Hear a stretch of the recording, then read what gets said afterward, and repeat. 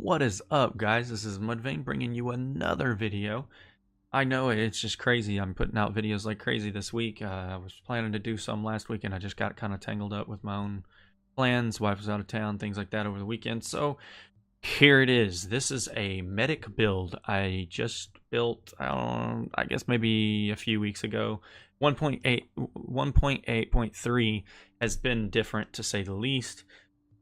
Just like any other uh, update, there's been a meta, and you either run it or you lose to it, And this is a pretty cool build that I've really taken a liking to. Me and my buddy Linty, we have drilled people with this, with me running this and him running a DPS build. We've even thrown in some new guys to our group from HVT Squad that are learning the game and learning the ropes. As you can see, I'm starting to maximize it. I have not fully maxed it yet. Let's go ahead and get in without waiting around here. Just try to explain this build a little bit more to you. Obviously, skill haste. I mean, this is a healer build, right? When you're running a healer build, that's obviously where you want to go with it. You obviously need a lot of electronics, and reclaimer build is really nice once you go over that 9k, because you get the extra chances for the box to come back immediately, which is beneficial like you wouldn't believe. The mask I have rolled for skill power and damage to elites, because I like to be able to get my perks like talented and things like that off of damage to elites, which means while my team are fighting NPCs or agents, I try to get some of those last finishing kills to try to give me some of those boosters to give them more help and more heals and more health.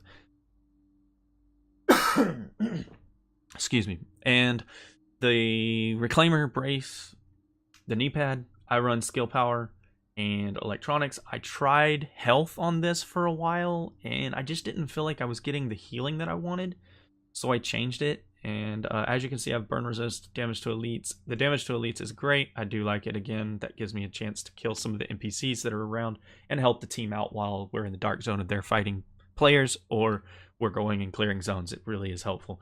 The increased kill skill or kill XP is not necessary. It just so happens that's what's on the knee pads for me. So let's go into the backpack. I have again skill power rolled and electronics, and wow, that one's not completely maxed yet. Okay, it is close. 1401, I believe. And then my gloves, I have skill haste, critical hit damage, and SMG damage. And I went with the SMGs versus the M4. As much as I love my M4s, don't get me wrong, because of card counter, man. That talent is just second to none, and it gives you a chance to do massive damages. This is a critical hit chance, and I don't know why that's rolled for critical hit chance. Let's take a look how much. Yeah, see, I would be much better off if I re-rolled that. Didn't even realize that was there. So this video, thank you for exposing that. That definitely needs to be rolled, and I will get it done immediately. But you definitely need skill haste here to make sure that you get your full 40% skill haste that you were able to get with a six piece reclaimer build. Now, while you're inside your box, let's go over the weapons real quick first.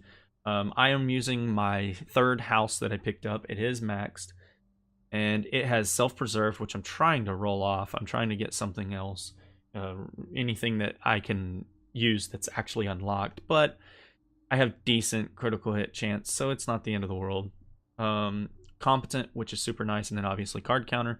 Caduceus is nice. It gives me sustained and intense. Intense is always nice, and that's a beneficial perk to have on any talent to have on any weapon when you're not the damage dealer that shuts down one player, maybe two. The Caduceus also heals and generates heals for your group, 1% of your skill power, and can only heal each player once every 0.2 seconds. So it's not a lot, but it is something. And of course obviously my pistol hasn't changed. Let's go into my abilities, my skills. I run defib, obviously. Come on, medic, everybody knows that, right? It gives my allies the best heal possible, which is awesome, especially for the low skill power that I have.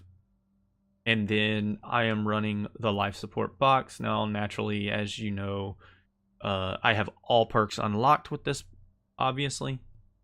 And I'm not sure that it makes a difference to roll on this or leave it on this. You know, you can roll it for whichever, but it obviously uses all. But I always try to keep it on that because the healing rate is the highest on it. I don't know if that matters or not. And then obviously I'm running recovery link so I can recover my friends. Triage, self-explanatory, something that we all used back in the day. It's not as strong, but it is still beneficial when you shoot a deal in the middle of the group. 50% on cooldowns is pretty substantial, even if you only get 1 or 2. So always nice to have. Revive a downed buddy. Since you're reviving constantly with the defib, that extra damage, reducing the damage by 30% is a substantial difference.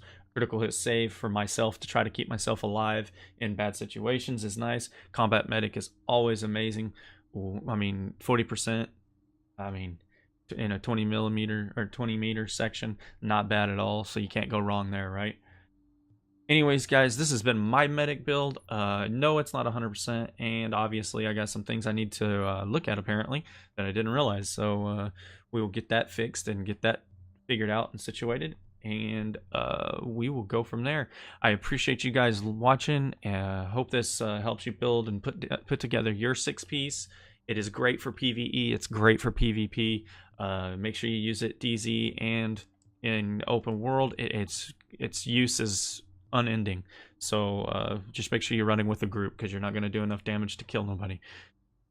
So we will catch y'all in the next one. Thanks for watching. Please like and subscribe.